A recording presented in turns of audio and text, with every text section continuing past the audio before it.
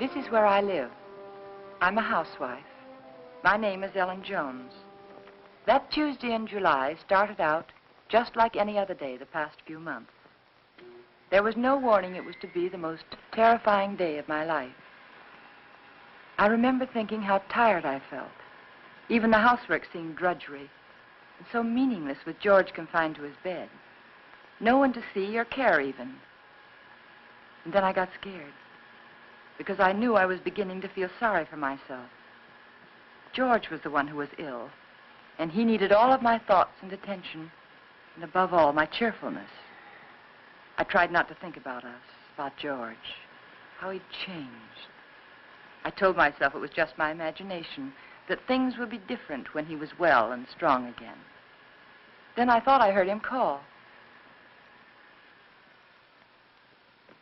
George, did you call? George, are you all right? Yes, Ellen. You want anything? Not now. I've just begun work on an insurance report for the office. Well, call me, dear, if you need me. Okay.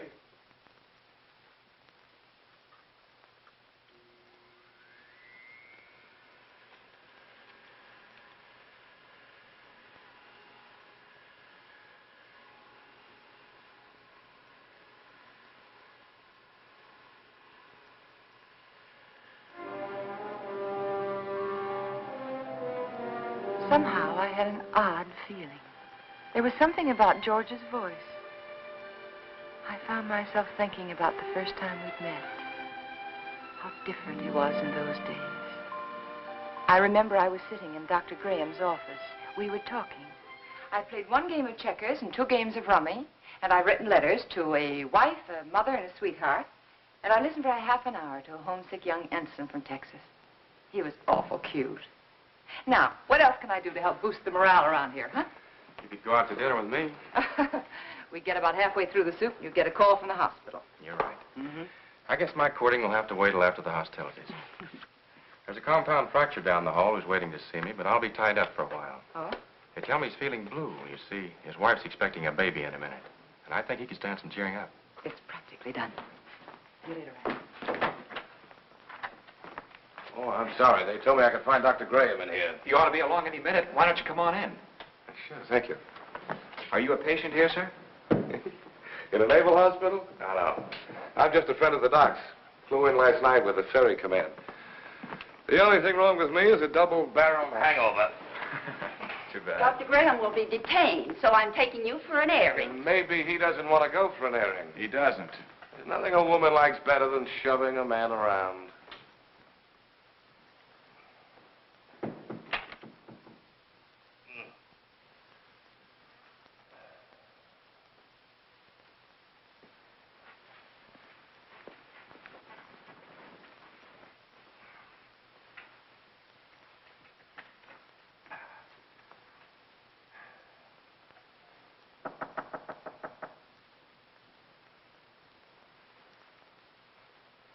Hello.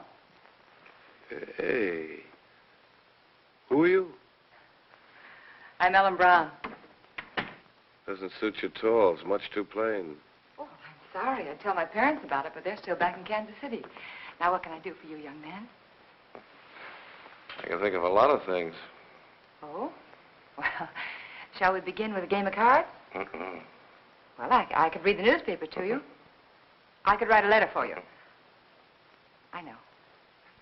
I'll sit right here and you can tell me all about that wonderful baby you're expecting. The baby you're expecting. Does Ripley know about this? I beg your pardon? Skip it. Which is your bad leg? Well, neither one of them's working very well today.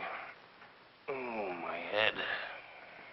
Is your head bothering you? Terribly. Both of them. Would you like me to rub it for you? You couldn't think of anything nicer. Good. There. Now relax. Oh, close your eyes.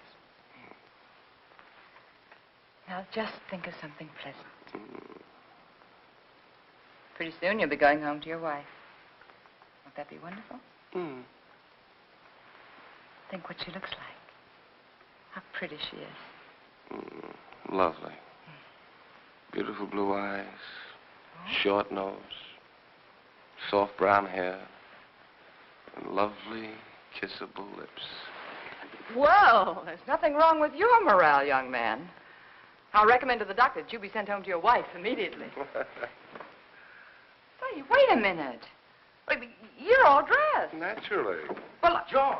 Hello, Ranney. Son of a gun. What are you doing here? Enjoying myself immensely? his leg isn't even broken. No? No, it Hey, isn't. Doc, what kind of nurses do you have around here anyway? Hey, what goes on here, Ellen? But when I came in here, he was lying there all covered up, and he let me make an absolute idiot of myself. You're very much like Graham. Your Dr. Graham was going to find himself in exactly the same position as that little boy. But we're not going to have him here again. But that doesn't change the fact that you're wrong about him. He's been wonderful to you, so thoughtful and given you so much time. Maybe that's because he's a bachelor, huh? No home life. He's been a good friend to us. Ellen, time's limited, so you must listen carefully. Ranney Grahame may have you, all right. But he'll be disappointed with what he gets. George, please.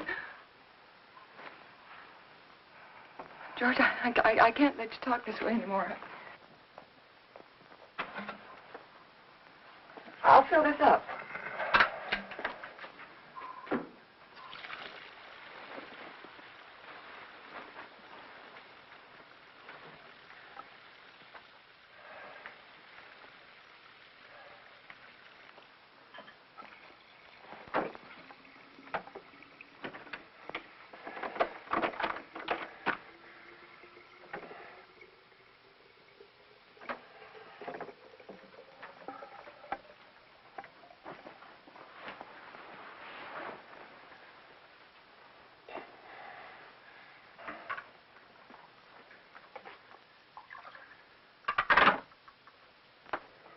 I'll be downstairs if you want me. You'd better wait, Ellen. I've written the district attorney asking him to make a complete investigation if anything happens to me today before he can get help to me. Why do you torture yourself like this? Why do you imagine things that don't exist? A letter exists. It proves you're trying to kill me. But I'm not. I'm not. If I can't help you, George, then I'm going to get someone else in who can. It's not me that needs help now, Ellen. You gave that letter to the postman yourself just a while ago. Yes? Yes, I gave him the letter, the one that you wrote about insurance policies. I knew you wouldn't recognize a district attorney's name if you saw it. Nobody ever does. Isn't that strange? Everybody knows he's a district attorney, but nobody ever knows his name. We are going to get someone else in, another doctor, because this is all in your mind. My mind is fine. Just to reassure you on that point, let me tell you that letter was about insurance. I told the district attorney how much insurance we had on each other's lives. And if either one of us died, the other would do very nicely for the rest of his life, or her life very comfortably indeed. Oh. I also told him how you and Dr. Grahame, how you were working together to aggravate my condition so it wouldn't look like murder. George! I also told him how you were gradually giving me overdoses of the heart medicine. But that isn't true. Anyone would know that isn't true. Would they? Why is that bottle almost empty, huh? We only got it the other day. Well, You told me that you spilled it on the tray. You told me that yourself, George. You didn't tell the druggist that. Oh, Mr. Phillips will make an excellent witness against you, Ellen. He'll be the first if anything happens to me. And let me tell you, there'll be others. The letter takes care of everything. The druggist, the medicine, the doctor. He's in it, too. Oh, you've implicated your old friend Graham, you know. Nothing's going to happen to you. I don't know whether you're doing this to frighten me or not, but I'm going downstairs and get that letter back from that postman. You're not going anyplace anymore, Ellen. Because I'm going to kill you. Yeah, I decided that definitely this morning.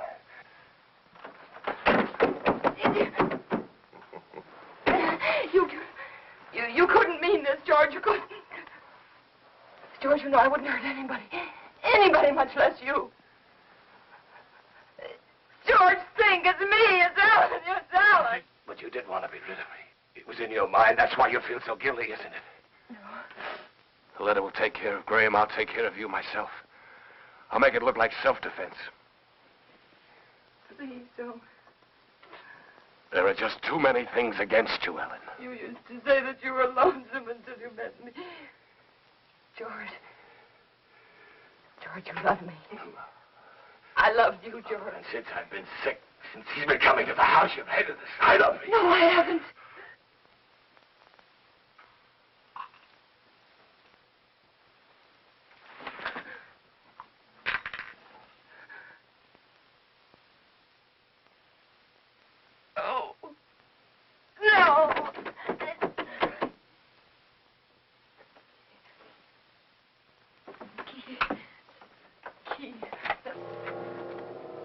It was one of those awful dreams. The kind I used to have when George was overseas. That man lying there was George, my husband. He was dead. He died trying to kill me.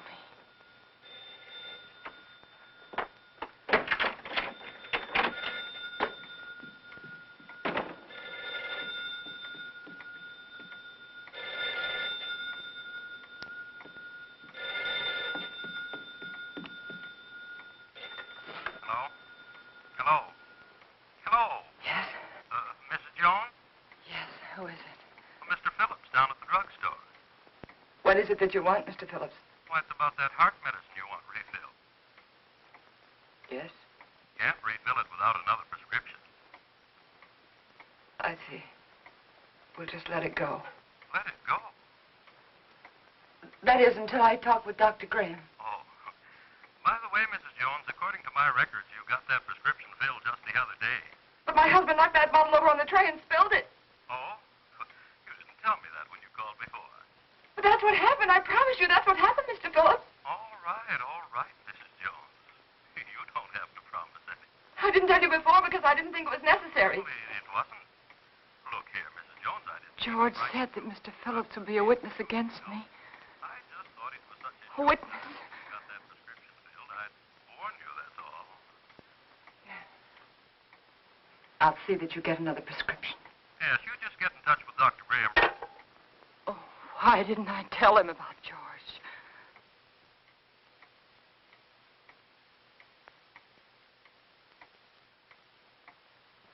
That letter. I had to get that letter back. I couldn't tell anyone about George until I got that letter back.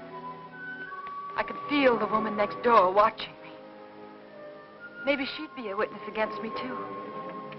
She could tell them how I ran out of the house and then back in again.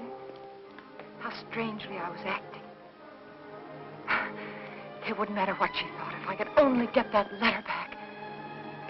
I tried to think, which way did he go?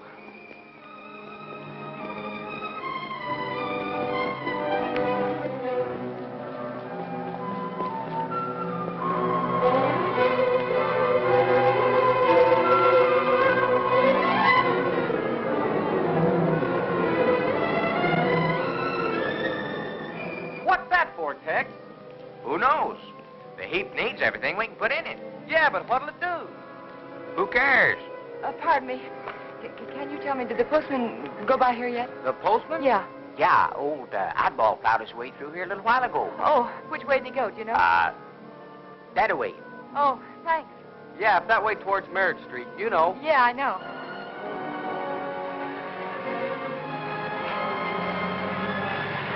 Oh, I'm sorry.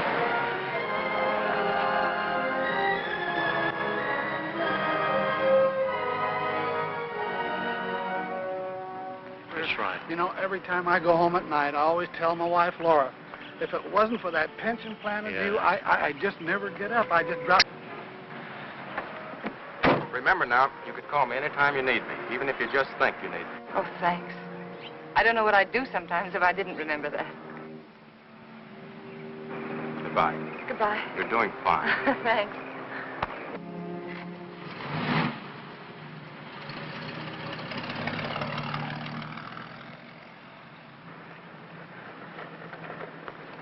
Stand where you are. Don't move. Oh, you frightened me. Did I? Yeah. Say, what are you all dressed up for? And where did you get that beautiful new tricycle? It's not a tricycle. It's a horse. Oh? A Palomino. My grandpa gave it to me. Oh, he did? Well, it's beautiful, Billy. I'm not Billy. I'm Hoppy. Hoppy?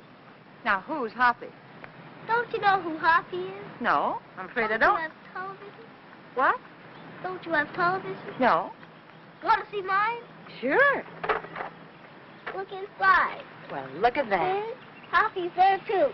Just like in a real colony. Why, of course, I know him. That's Hopalong Cassidy. Uh-huh. Well, saved many people today, Hoppy? Oh, 60 or 100. Don't try any tricks now. Oh, I wouldn't think of it. Do you have any cookies? No, I haven't. See, the groceryman hasn't come yet, but I will have later. You know what I do with the bad men? No, what do you do? I dynamite them into little pieces. Shot them, put them in jail. Oh, I don't think the real Hoppy would treat even bad men that way. Well, really what I did was lasso them, tie them up, throw them in jail. Well, that sounds like a lot more work, and more dangerous, too. Had to take care of you, didn't I? Yeah, you sure did. Can I come in? Oh, well, honey, I'm sorry. I'm afraid not. My husband isn't feeling very well today. See? I won't make any noise. If I was eating cookies, I couldn't even talk. No, you couldn't. Well, I'll tell you what you do. After the groceryman comes, that'll be around 12 o'clock. See, you come to the back door very quietly, and I'll have some cookies for you. Okay? Okay. I'll ride my horse up and down and see that no bad people make any noise. Because I'm your friend, aren't I? That's right, Hoppy. You're my friend.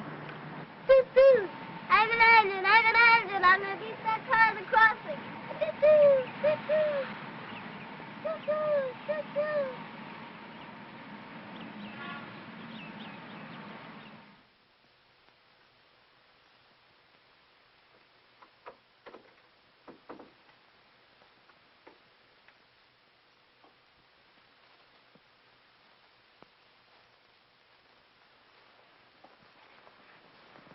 Well, George, you weren't out of bed just now, were you? No. Oh, it must be the heat. I could have sworn I saw somebody What took you so right... long? What, dear? It took you so long. Sorry, dear. I was talking to Billy. I should say Hoppy. Let me change your pillow. You know, he's the little boy I told you about who just moved into the neighborhood. The one with the glasses, you know. Oh, he's an awful sweet little kid. What were you talking to Ranney Grahame about? That's what I'm interested in. We were talking about you, dear. And if I don't have this letter for him when I go home, he'll be awfully upset. Why should he? Well, you see, I'm afraid that he said a lot of very strong things, and he regrets them now. You can explain to him that it won't be delivered. It'll be held right here till the form comes back. Yeah, but it's so hard to reason with a person who's ill. Well, you know how it is.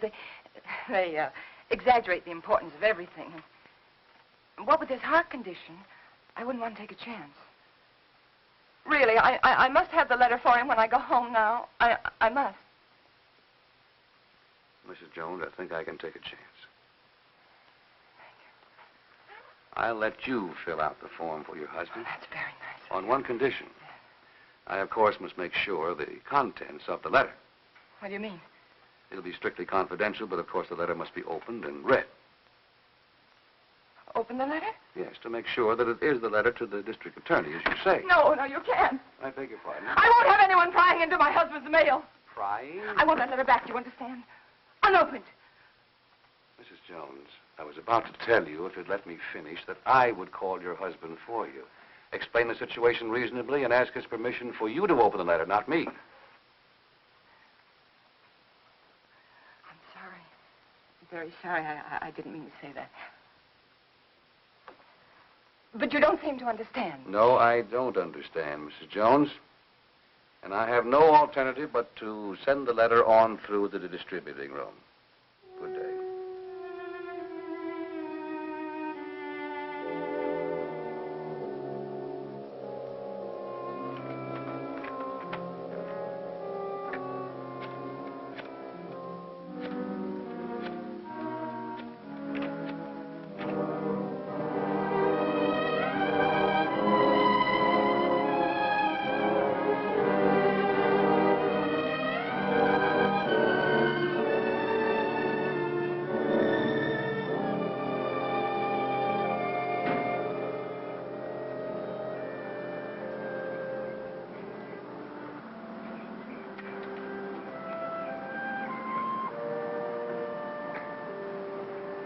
Mrs. Jones.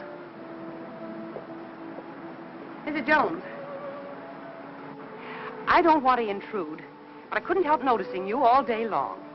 I've had the feeling that something was wrong, and I'd so like to be able to help you. Oh, I know we haven't been too neighborly, but trouble's something else again. Can I help you? Is there something I can do for you? Of course, I know you're anxious to get up to your husband, so you run up and see if he's comfortable and settled, and then you come over. Or call me. I'll be waiting for you. She was kind. She might have been my friend. She might have helped me.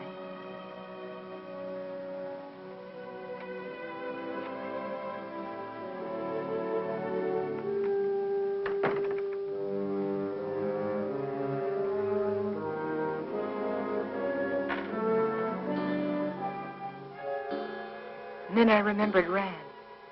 He said he was going to stop in again to see George. I couldn't let him do that.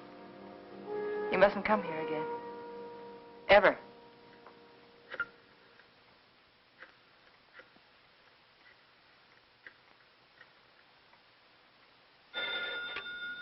Dr. Graham's office. Hello, this is Mrs. Jones. Is Dr. Graham there? Oh, he isn't here, Mrs. Jones. Can you locate him, please? It's urgent. If it's an emergency, I could trace him through his house calls. Please do. It's very important that Dr. Graham doesn't come here today.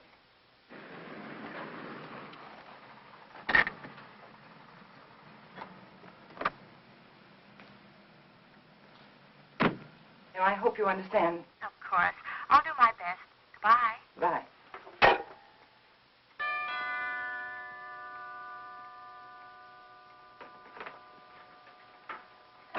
Doctor, I just called your office and I just told your nurse that I... Well, George felt he wanted to consult another doctor. And I did too. And he just left and I really think it would be better if you didn't see him again today. Oh? But... What doctor did you call? Oh, I'm sorry, I've forgotten his name. I called the lady next door for her doctor and she gave me his telephone number and, George liked him very much. I see. Yes. Is he a heart specialist? Yes. That is, I think so. Mm-hmm. What was his diagnosis?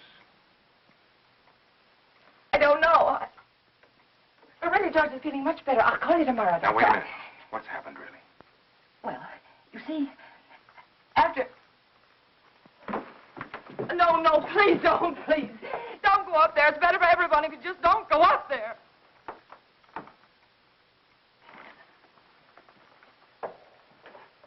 Helen. It... Is he dead? Yes. He had a gun. He tried to kill me, but before I could shoot, he... Take it easy, Helen. Take it easy.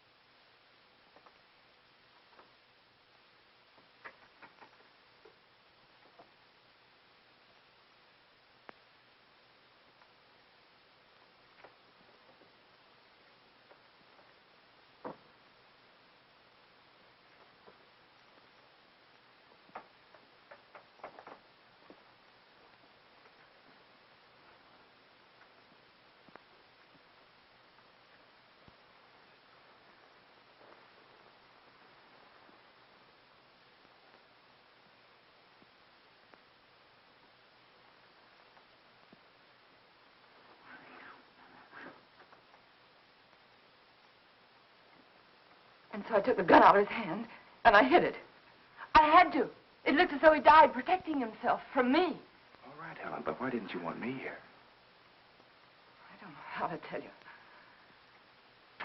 That letter said that we planned his death together.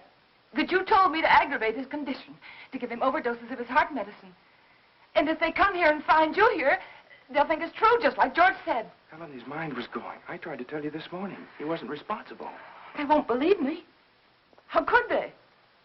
I did everything wrong. Everything, just like he said I would. The druggist, and then the postman, and then the superintendent. And I even lied to his aunt. They'll all think I was guilty, all of them. You're not guilty, Helen. Remember that. Oh, I know. The police will be here any minute. Now, you better go. You better go right now. Helen, where are you going? I don't know. There's no sense in running away now. Go at the door. Helen. Go at the door.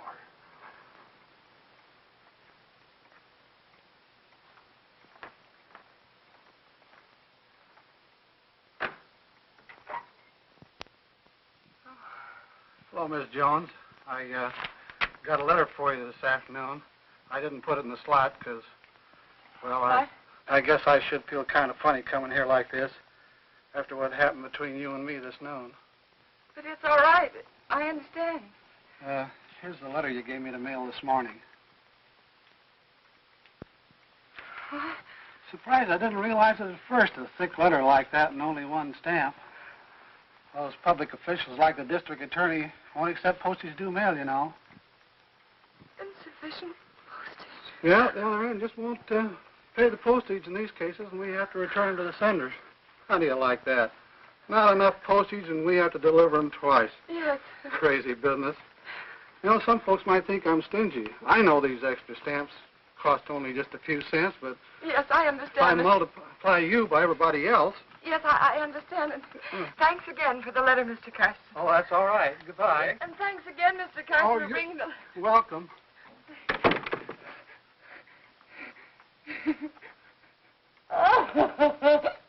Oh, it's so funny. It's so funny. Go ahead. It'll do you good.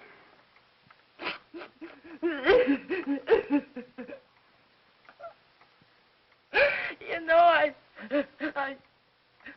tried so hard to get... All right, Helen. You've got it now.